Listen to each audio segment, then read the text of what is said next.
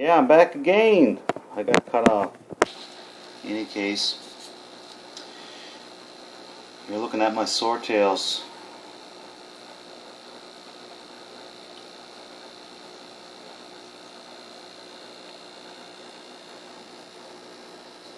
So getting to the fact that I had the camalanus worm, basically I lost quite a few fish. It was really sad. I'm telling you, I lost a lot of fish.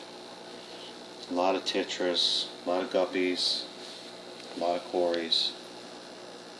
All in my 46-gallon bow front. It was really sad. I'm telling you, if you have a fish room and then you lose like a full tank, a full community, you see how I like to stock my tanks. You know, my 125 gallon there. I did my 46-gallon bow front stock like that too. And I picked up some of that. I picked up that nematode from a friend of mine who gave me some plants. And unfortunately, I did not quarantine them. And I ended up with that nematode, that nasty, nasty nematode. The only treatment is the Levamisole HCl, basically 5 grams per 100 gallons, 100 gallons. So if, you know, if you basically have to do the math if you're going to treat something smaller.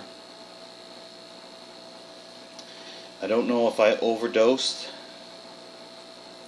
or if, because I did do 3 grams in a 46 gallon.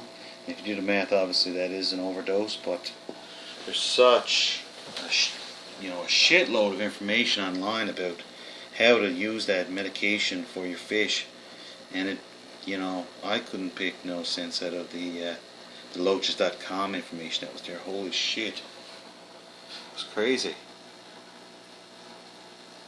Anyway, you basically want that summarized. Somebody needs to say, look, okay, what I just said. 5 grams per 100 gallons. That's easy.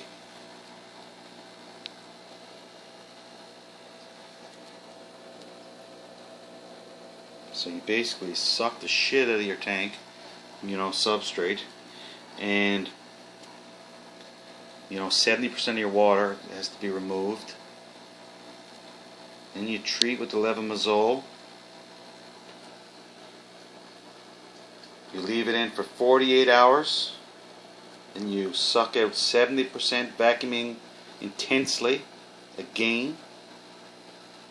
Then, in anywhere from 3 to 7 days later, you repeat the process, which means water change, med, water change. Then 3 weeks to a month later, you treat the tank again. Water change, med, water change. That's how you do it. Realize that when those nematodes, die in your fish, that it's going to be really hard for them to move that out of their bellies, out of their intestine, and it might be a good idea, in my opinion, to use some Epsom salts to, give them flush. Feed them green peas. I like to feed New Life Spectrum Thera A because it has garlic in it, but you can just add some garlic to your fish food that you like to use and give them that as well. You've done so many water changes that you may cause your tank to cycle, and if that happens, you're going to lose fish. And that's what happened to me. That's what I think. Jeez. And if you don't know if you're not familiar with the camalanus worm, and it's spelled C-A-M-A-L-A-N-U-S,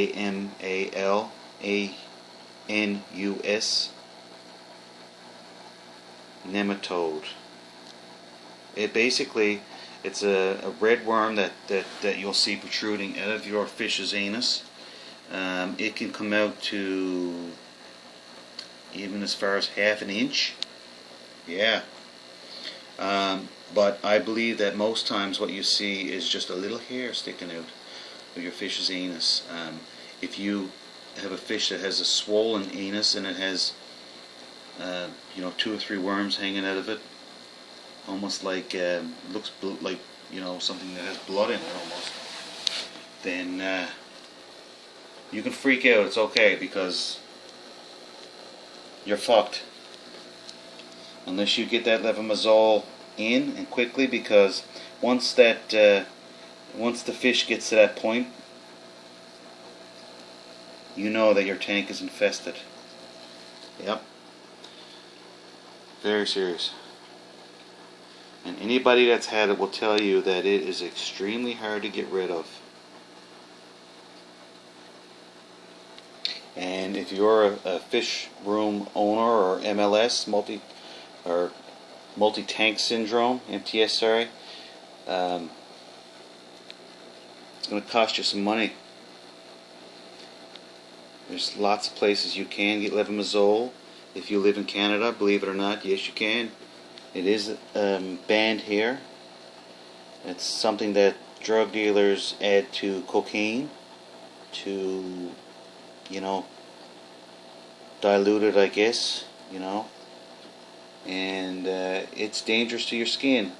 So if you're handling it, don't, you know, use gloves.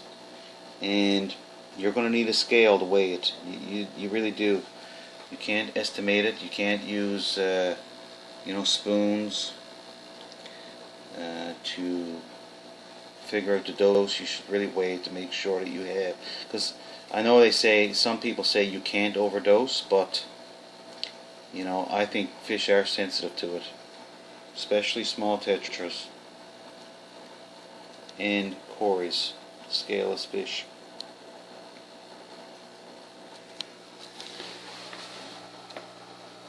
And if I sound like I know a lot about it, it's because I do.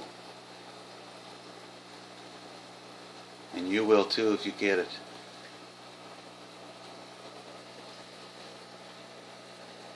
Because you'll read everything. Maybe you won't read nothing. Maybe you'll just say fuck it and get rid of tanks. That's cool too.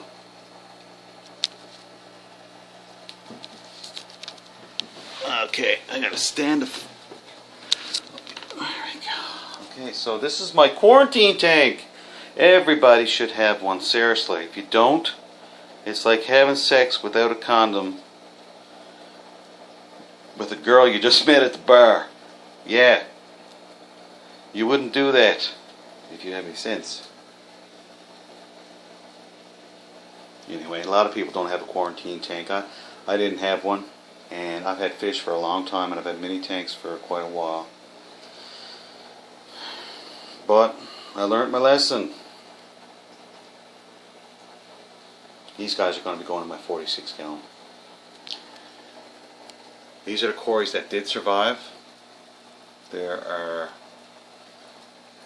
4. I think there's a total. I think this is all that I have in here. 4, yeah. Couldn't remember if it was 5, but there's 4 albinos and 1 little pygmy peppered, I guess. I guess that's what it is. This is my 40 gallon 6-footer that my little crayfish are going to be moving into. I had this tank like filled out with driftwood and java plants, and it just went the fuck after that goddamn worm. Sorry for the language, but fuck it. I'm pissed every time I think about it. So I'm trying to rebuild my guppy supply again, because I really want to fill out that bow front again with a lot of fish. Got an orange beta in here, and he's here so he doesn't get nipped by those crabenzis. He's lost a lot of finnage. He's no worse for wear though. Seriously. He's building a bubble nest there, and I just put him in there now for about 3 days or so to just let his fins grow out again, and then I'm going to, when I get this renovation completed, I'm going to move these crabenzis.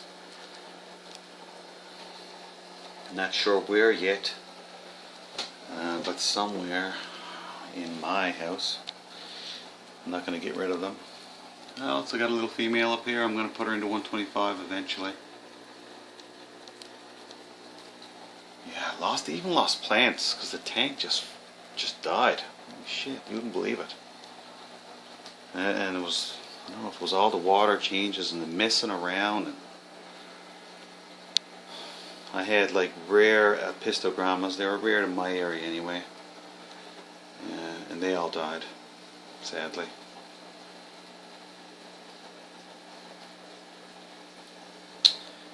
But I had a couple other pistos in here too, like the pistogramma cacatoides that you saw. Just and they lived, they survived, and anyway, lucky for that. Sorry, I've been super busy and I have not been able to clean the glass, make videos, but I have been able to get my water changes done. They're due now. Actually, they're due tomorrow. I do them weekly, so. Quarantine tank. So if you're going to get back to Levamisole, if you are going to quarantine fish, you want to quarantine them a minimum of 3 months. Yes, 3 months, not a month. 3 months, because it takes that long for those worms to appear. And if worms got in this tank, I could just treat this tank and then low risk. There's my male down here. He was upstairs too in that 40-gallon 6-footer. And luckily I did not lose him. Don't know if you can see him there now, little bugger. Here's my Pistogramma McMasteri female. The male that was in there is now dead. Not because of the infection, but because they did breed. It took a long time. Him chasing her and trying to get her on the go, and nope, nothing. And then when she did finally breed with them, I think they starved because I didn't know about it. I kind of saw a couple fry all of a sudden, and then that was it. So I didn't get a chance to feed them the nematodes.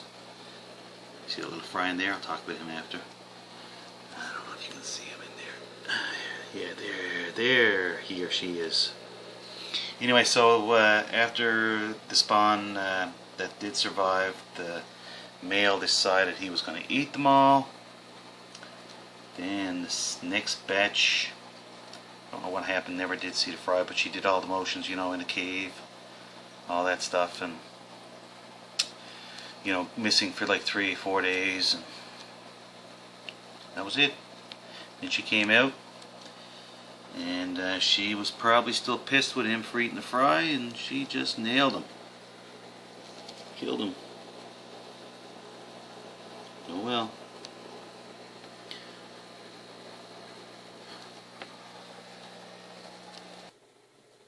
The infamous 46-gallon bow front.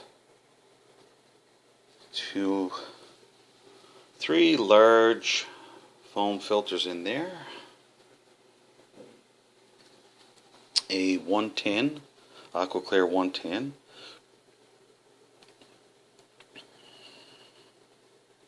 My pH is very low, so I try to keep some crushed coral in there. The water's very soft as well.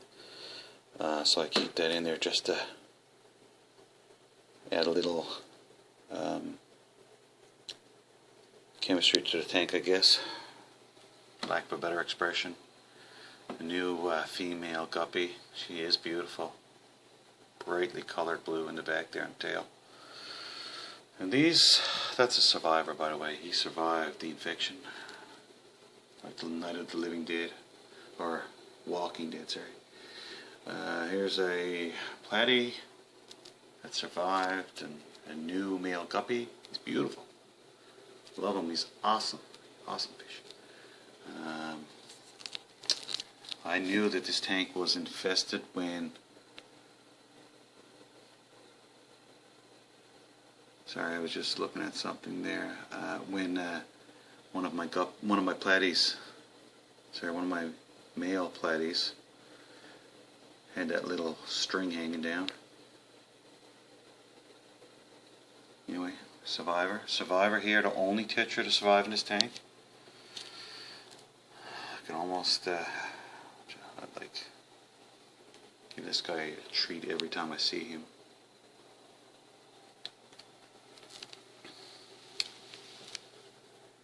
So the plan for this tank is to remove the crushed coral and put some beach sand in there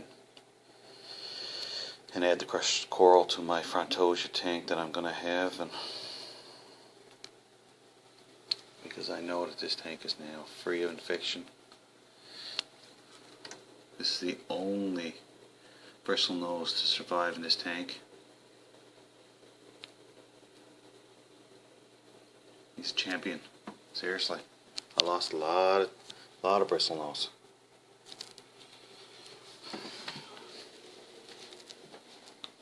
If somebody was looking to get a nice tank, bow front is beautiful. Seriously, it is just super. This tank, the next time you see it, will be full of fish again. Process is going to be gradual, and it's just going to be stunning. I'm serious. You won't believe it. I know you're looking at my other tanks and thinking, holy shit, they're ugly, but they're going to be nice. In any case, the next video I make, you will see the renovation completed. Later.